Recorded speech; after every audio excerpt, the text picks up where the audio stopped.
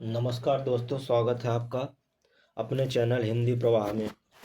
दोस्तों, आज हम विशेषण का बहुत ही महत्वपूर्ण टॉपिक जो कि विशेषण का विकल्पी प्रश्न करेंगे, जिसमें कुल 15 प्रश्न हैं।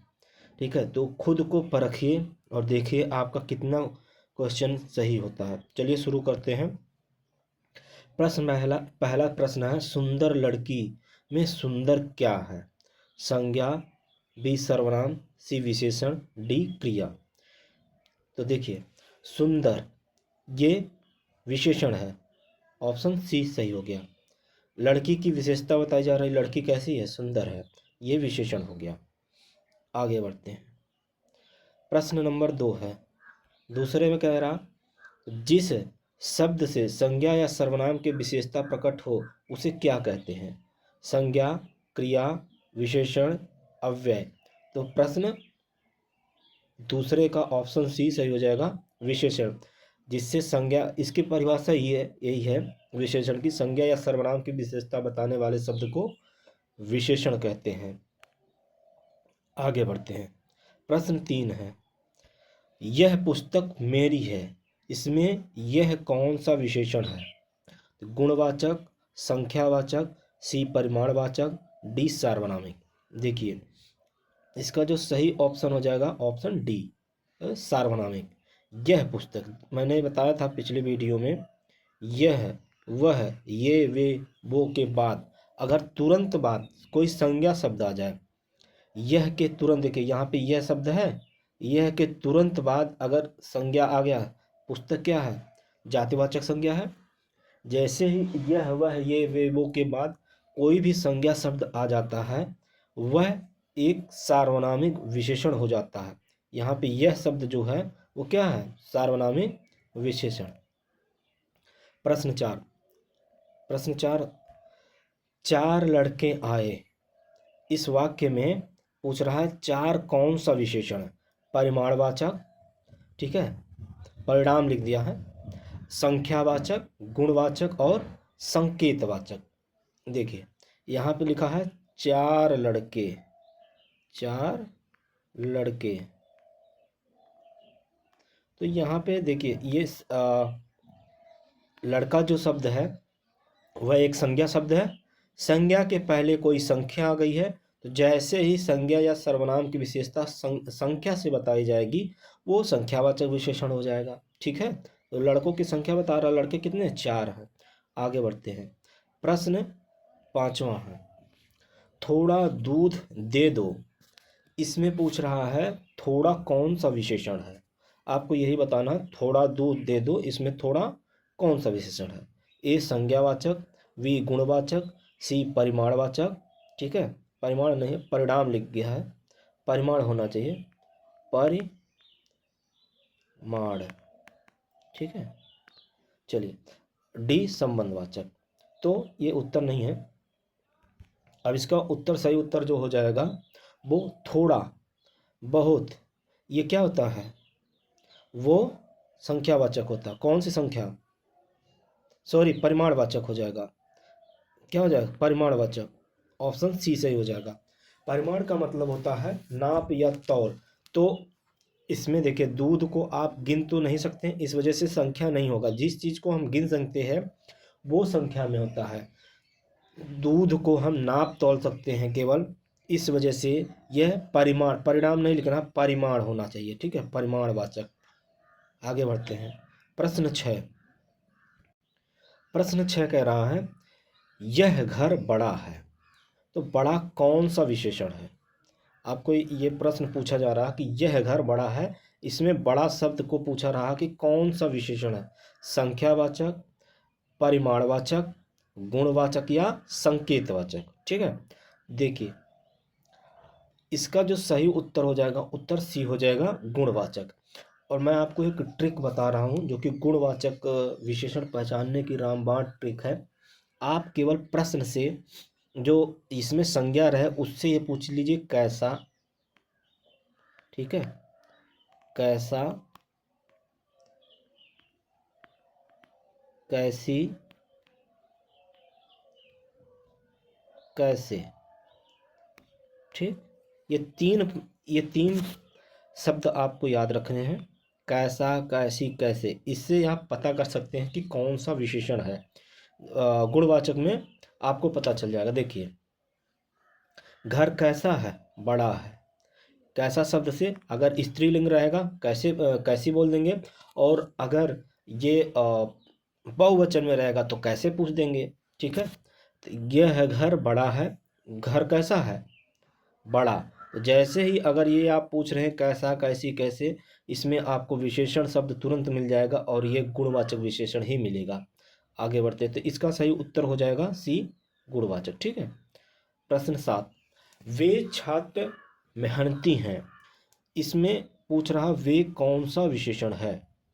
वे छात्र मेहनती हैं, इसमें पूछ रहा वे कौन सा विशेषण है। संकेतवाचक, प्रश्नवाचक, सी संबंधवाचक, डी संख्यावाचक।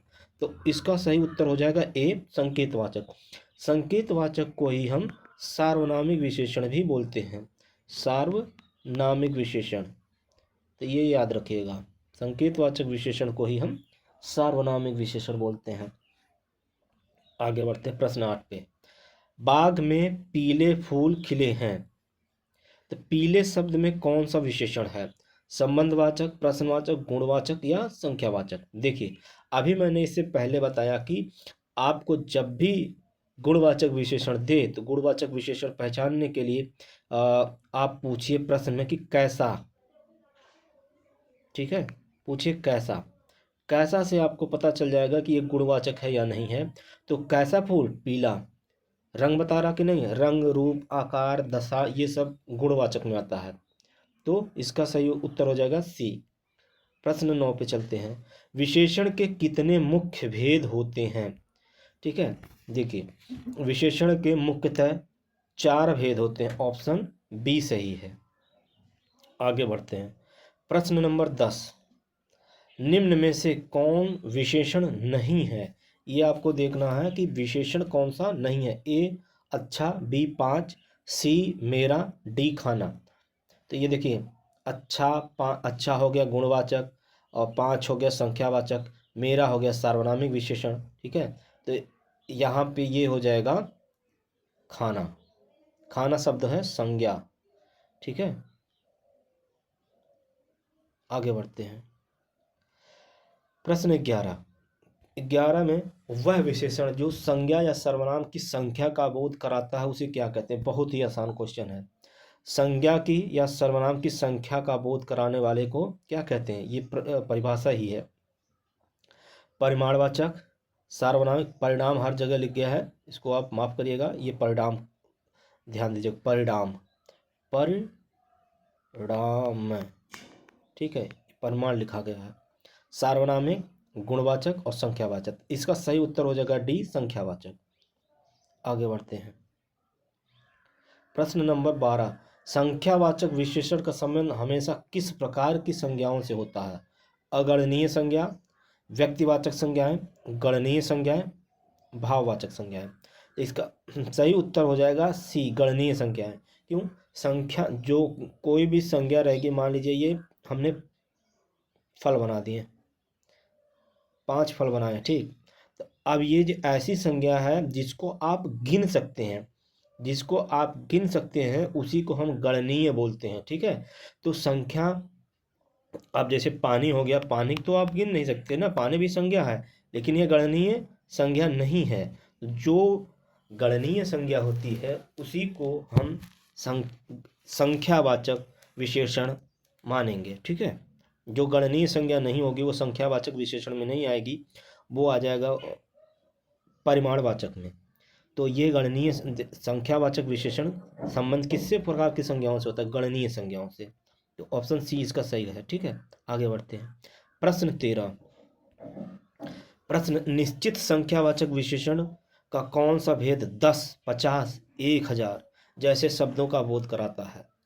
देखिए, यहाँ पे बता दिया है कि निश्चित संख्यावाचक, 2 प्रकार के संख्यावाचक विशेषण होते हैं, एक निश्चित वाचक, एक अनिश्चित संख्यावाचक। ठीक है, तो इसमें बताया है निश्चित है 10, 50, 1000, तो कौन सा उसका बोध करा रहा, क्रमवाचक है, समूहवाचक है, गणनावाचक या आवृत्तिवाचक।